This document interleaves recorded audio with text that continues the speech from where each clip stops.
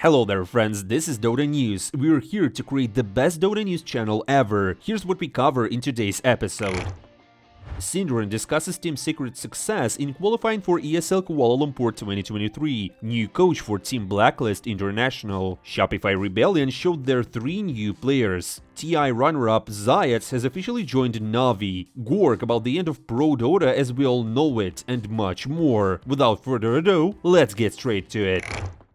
Today we shall start with SyndereN, who says that the community overreacted about the patch and that it wasn't really that bad and mostly it was good. Here's what he said. I read the overall feedback on this patch primarily from Reddit, but there's also been a couple of pro tweets. People are negative. Like, what did you guys want from a letter patch except nerfs to all the good heroes? Like, were they not expecting a letter patch? I don't know. The way I remember it, this was pretty clearly communicated. There was going to be this patch. It's a letter patch. It's the E patch. The E patch usually is, all right, we're reaching the end of this patch cycle. We're going to nerf all the egregious stuff, but we're not going to put a lot of new stuff in the game. We're not going to buff a lot of heroes. We're just going to take the criminal outliers and nerf them. I guess the one thing I will agree with the criticism is that considering what this patch contains, it should have probably come out earlier, because nerf patches like this they come out sooner after TI, right?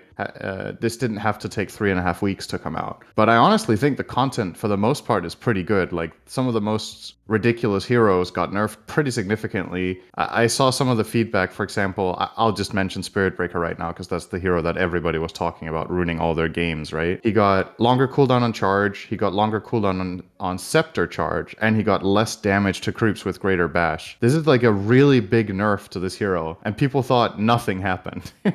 Also, SyndereN shared his opinion about Team Secret's success in qualifying for ESL Kuala Lumpur 2023. Don't judge a team until you see them play a bit, right? And you can also do the counter argument here of, okay, how good are Secret really by qualifying here, because how good are the other teams because they're in a similar situation with new rosters and whatnot. But at the very least, if you qualify in a bracket like this and get top 2, you're not bad. I'll say that much. I mean, he's completely right. There are 2 types of teams right now. Those who are in utter chaos after the grand reshuffles they had, or the teams that went to Resident Sleeper during the TI and now are just gain momentum. So we know that madness, if Team Secret is the best, they're basically the best. Anyways, since we mentioned SyndereN, there's one thing we should mention about his best friend, SunFans. Quick flashback. In the previous episode we told how Yatoro visited the office of Valve and said that there are only a couple of dudes working on Dota right now, and this is why the game is in a bad state. And now SunFans came to defend Valve after this Yatoro's outrageous statement. I don't know the details on Yatoro's tour, and I'm just going to reiterate exactly what we said. There's somebody that we know, they didn't want to be named, but it is confirmed that this is real, that there's 40 to 50 people on the Dota team. I was allowed to say that as well, specifically asked for permission, because I didn't want to be the leaker or whatever.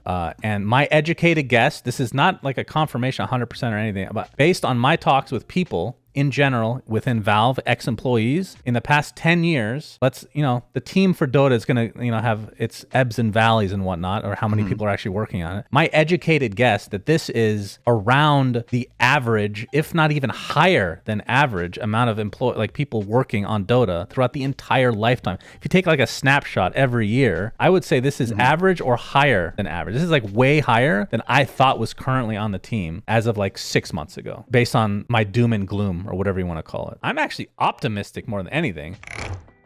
Now, let's finally talk about reshuffles. We will start with the new coach of Blacklist International. Their coach at ESL Kuala Lumpur will be Mushi, the great and only Mushi. He played for SMG and trained Boom recently, but it's really hard to say that Boom was a successful team. So now we'll see if the coach was the real problem.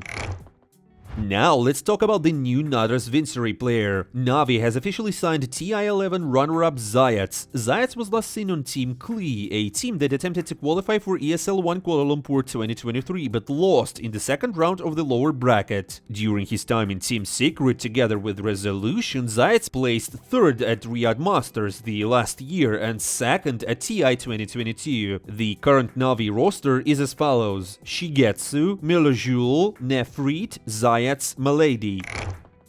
The next roster changes are about Shopify Rebellion. Abed, Crete, and Fly had previously left the roster, leaving Arteezy and Saberlight on their own. But the new Shopify Rebellion roster will feature Yopaj, Theolicor, and Kitrak. Obviously, after such disappointing results at TI, they had to do something, right? There were even rumors that Arteezy will end his competitive career and start streaming, only streaming, but fortunately it's not true. Now we will follow Shopify Rebellion for their new achievements. It's quite interesting that they decided to sign a Filipino mid laner in the form of Yopaj to fill in Abed's spot. And also they decided to sign 2 supports that played in Western European region, with Kitrak previously in OG and Theolicor with the Luna Galaxy. Let's see how they will perform in future. Now to South America, we also have some rumors about the new Beastcoast roster. The new team might include K1, Analog, Illich, Scafield, and KJ. I remind you that Beastcoast disbanded their previous roster in late October and decided to skip the beginning of the season and create a new team. To be honest, I don't really know what to expect from this roster, but maybe they will bring the South American Dota on top and we will see it during the next year. A quick break from the reshuffles, as there's something really important to be mentioned. Team Nigma has been officially introduced to us 4 years ago exactly. So it's basically their birthday and we congratulate them with this. Even more, they announced a special giveaway on their Twitter, X profile, so don't forget to drop by and take part. You can win a 3-day trip to Abu Dhabi for 2 people. I've been to Abu Dhabi once and all that I can say is that it's really expensive.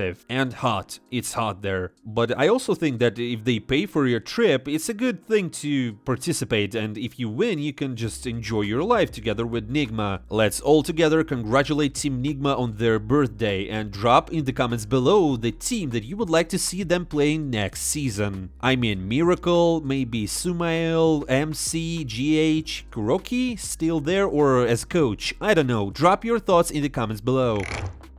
Now, last but not least, news about the new Japan roster, Reject May. I think that this is good news that the Asian region is just expanding. I can't remember any roster from Japan, so I think it will be really interesting to see. I hope the guys will achieve something great and we'll see more teams from Japan.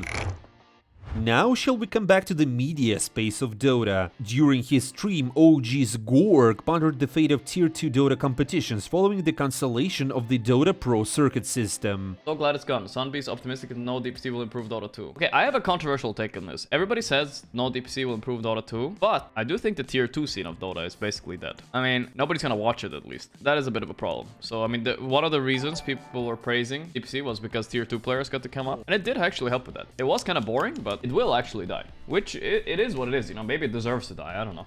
Exus boy, thanks so man. No more Team Bald, what can you do? Being strong enough deserves to die. Nobody was watching anyways, and people were watching a bit though. But also, what I don't like about the Tier 2 scene was that it was actually kind of good to get rid of it, because it was riddled with, not so much in Western EU, I think, but it was riddled with, gambling shit, right? Like rigged matches and shit. That shit's just whack. Because if it's Valve approved, people will be like, oh, it's Valve approved, I can gamble on it. And then they don't realize it's some 7 KMR Chinese tag that's been manipulated or some shit, you know what I mean? It's too sketch, man. At least that's why Valve kind of wanted to step away from it, I bet, as well. Because there was way too much going on in China, especially. Yeah, Gorgc has a point. If you remember, in one of the previous episodes, we talked about the Chinese streamer who exposed more than 50 DPC players who were match fixing. But SunBhie has a counter opinion. He says that with or without the DPC, talented players will be noticed anyway. He said that the second division of the DPC could gather between 7 to 100,000 viewers at their peak, depending on the tour and the region. Now let's move to North America. Nouns has signed a new psychologist, Edward Cleland. He is pretty well known behind the scenes of esports, but honestly, in the media he doesn't appear that much. But yet, he decided to give an interview to Bleaks.gg. As an esports psychologist, he said that the main reason for players' anxiety is uncertainty. There's no clear future and all that. He also shared several more things. For example, whether he was familiar with Dota before working in Nouns. Well, I wasn't closely familiar with Dota. I knew what Dota was. I was aware that it was a game from Valve, understood what TI represented, and had an idea about the inner workings of the industry. But no, it was something new for us. I've been working in League of Legends for 4 years and I noticed some common points. But Dota has its peculiarities. This year I learned a lot of new things. Here's what he said about the pace of Dota 2. It's just as chaotic as any other game, if not even more chaotic. In Nouns we didn't even have contracts, so in a sense it can get more chaotic than that. Uncertainty is the main cause of concern. Not knowing something makes us worry more, and there's a lot of uncertainty in Dota. What will the prize pool be? How will the reshuffle go? How many teams will participate? Oh, we got eliminated from the tournament, so we have to leave today. Oh, we advanced, so it seems that we can stay for another week. Since there's a lot of uncertainty here, how you deal with it will determine your ability to focus on performance. We did it as a collective, but when it comes to the pace of Dota, it's dizzying. However, it's still esports, so there's a lot that's familiar. There's chaos and uncertainty, and even success doesn't guarantee that you will be given another opportunity. This is esports. Edward also recalls how he was working with Nouns at TI 2023. I would say what stands out to me is the spectacle of experiencing something truly special. I often told the guys, let's slow down time. What will we think about this moment in 20-30 years? What will we think about our teammates? What you've done together is something incredible. Seeing Gunnar and Yamsun walking arm in arm across the arena and watching how they supported each other, those are the things that will stay with me for many years. Perhaps what I'll remember the most is how they smiled at each other.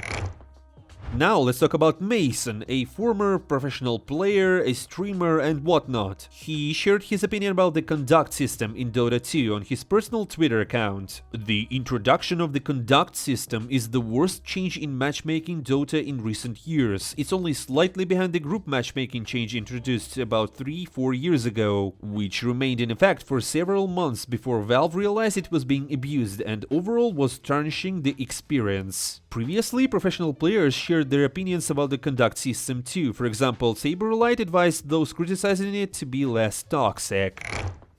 And in the end, let's hear some funny news. Let's start with the reference to Dota in Honkai Star Rail, which is basically a game made by the Genshin Impact developers. You also might know this one because they sponsored LGD and Azure Ray. As you can see, this is a site of Wise, an item in Dota 2 that hexes, you know? This game, Honkai Star Rail, as well as Genshin Impact, is really popular, so making reference to Dota 2 is quite a good marketing if it's intentional, but I really doubt that.